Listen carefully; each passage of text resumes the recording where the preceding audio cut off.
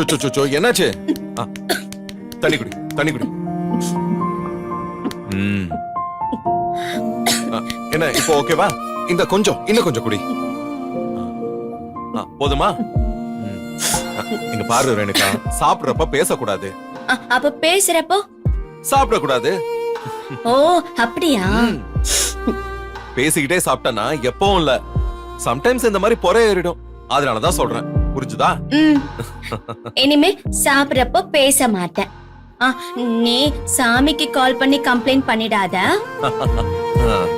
சரி இந்த சாப்பிடு. இந்த